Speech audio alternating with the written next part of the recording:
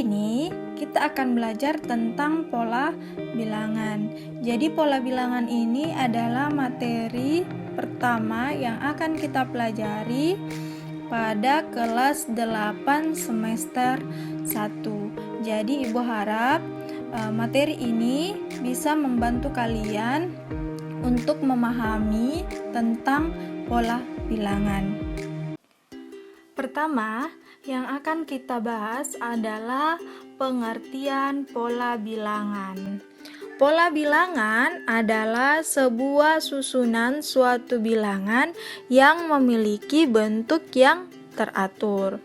Nah, sebagai contoh misalnya bilangan genap. Mengapa bilangan genap disebut pola bilangan? Karena bilangan genap itu membentuk sebuah susunan bilangan yang memiliki bentuk yang teratur. Mengapa dikatakan bentuk yang teratur? Karena bilangan genap hanya mengambil bilangan yang dapat dibagi dua dan dirinya sendiri. Makanya bilangan genap itu adalah 2, 4. 2 kan dirinya sendiri, 4 kan dapat dibagi 2, 6 dapat dibagi 2, 8 dapat dibagi 2, dan seterusnya. Makanya bilangan genap itu dapat dikatakan pola bilangan. Selanjutnya, kita akan membahas tentang jenis-jenis pola bilangan. Jadi pola bilangan ini terdiri dari yang pertama, pola bilangan genap.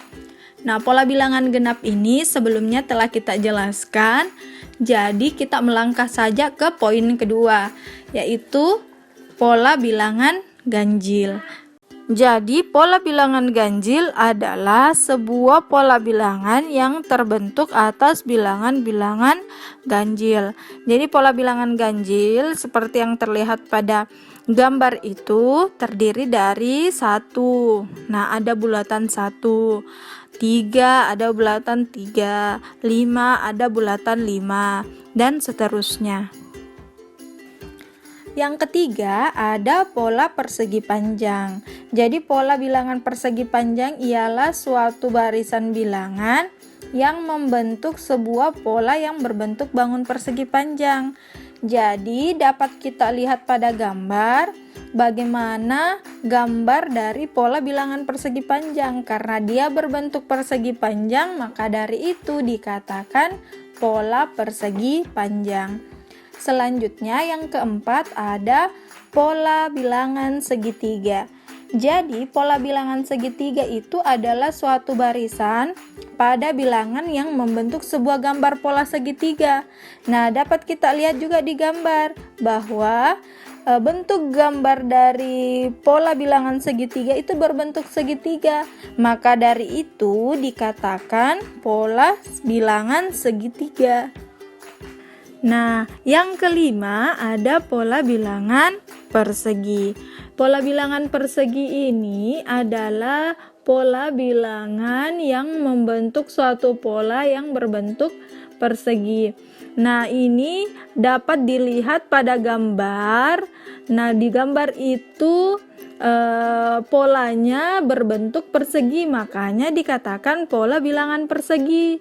Nah, yang terakhir ada namanya pola bilangan Fibonacci.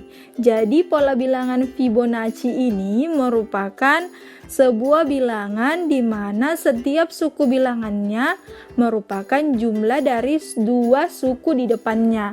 Nah, kalian lihat pada gambar, pada bagian A artinya seperti ini.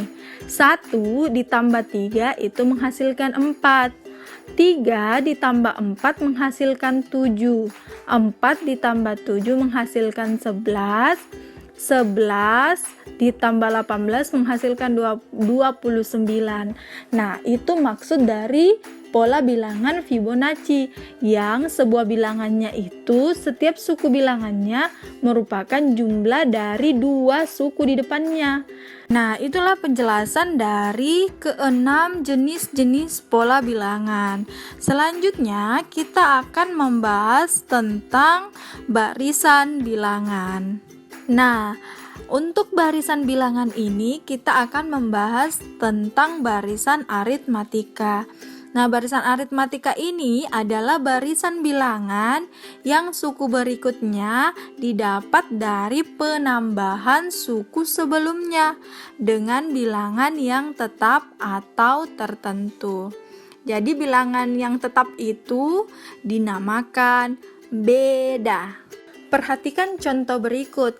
Contoh berikut merupakan contoh barisan aritmatika, yaitu 2, 4, 6, 8, 10, 12, 14, dan seterusnya. 2 menunjukkan tanda panah U1, 4 menunjukkan tanda panah U2. Artinya apa?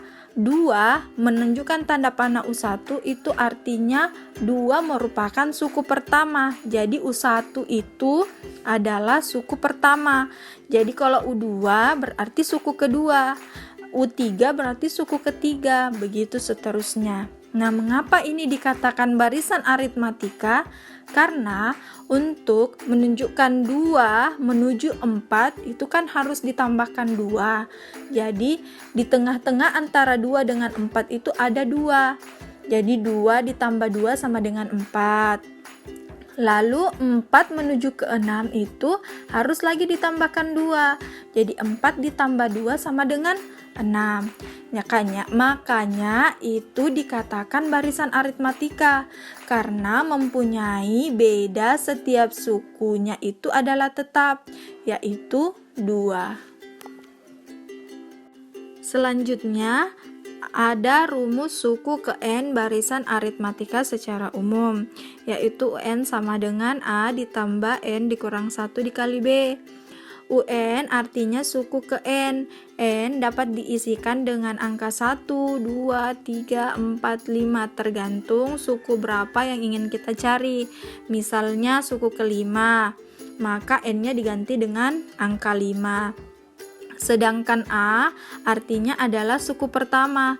Suku pertama itu selalu berada pada urutan pertama. Sedangkan beda artinya yaitu bilangan yang tetap. Sebagai contoh untuk mencari suku ke N. Jadi untuk mencari suku ke N itu dapat menggunakan rumus sebelum yang Ibu jelaskan, yaitu UN sama dengan A ditambah N dikurang 1 dikali B. Namun untuk mempermudah kalian, Ibu membuatkan rumus turunan yang lebih mudah untuk dihitung. Kalian dapat lihat di warna kuning itu, yaitu UN sama dengan BN ditambah A dikurang B. Jadi misalkan sebagai contoh ada barisan aritmatika 5, 7, 9, 11, 13 yang ingin kita cari suku ke-50-nya. Nah, yang pertama yang harus kita lakukan adalah mencari rumusnya dulu terlebih dahulu. Nah, cara mencari rumusnya yang tadi UN sama dengan BN ditambah A dikurang B untuk mempermudah kalian. Nah, masukkan B-nya itu sama dengan 2. Kenapa 2, Bu? Karena antara 5 ingin ke 7 itu harus ditambahkan 2 baru dapat 7. Untuk 7 menuju ke 9 harus ditambahkan 2 dulu untuk dapat 9. Begitu seterusnya. Karena bilangannya tetap yaitu 2, maka disimpulkan bahwa bedanya adalah 2. Lalu N-nya tetap karena kita hanya mencari rumus N saja. Lalu kita tambahkan dengan 5. Kenapa 5, Bu? Karena suku pertamanya atau urutan pertamanya adalah 5. Lalu kita kurangi dengan 2. Kenapa 2, Bu? Karena Ibu tadi bilang bahwa bedanya adalah 2. Nah, 2 itu ini yang Ibu garis kuningkan. Lalu kita mendapatkan 2N ditambah 5 dikurang 2. Artinya 2N ditambah 5 dikurang 2 kan sama dengan 3. Makanya kita mendapatkan UN-nya sama dengan 2N ditambah 3. Nah, karena kita sudah mendapatkan rumus suku ke UN-nya, maka kita sudah bisa memasukkan 50-nya karena yang mau dicari adalah suku yang ke-50, maka U50 sama dengan 2 dikali 50 ditambah 3. 2 dikali 50 100 ditambah 3 jadinya 103.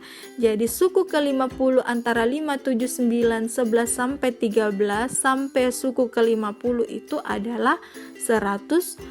Jadi kita tidak usah capek-capek mencari sampai suku ke 50. Kita bisa menggunakan rumus UN ini. Nah, itulah tadi penjelasan tentang pengertian pola bilangan, jenis-jenis pola bilangan, barisan bilangan aritmatika, rumus mencari suku ke N. Nah, selanjutnya coba kerjakan nomor 1 sampai 6 untuk latihan kalian menggunakan rumus UN itu.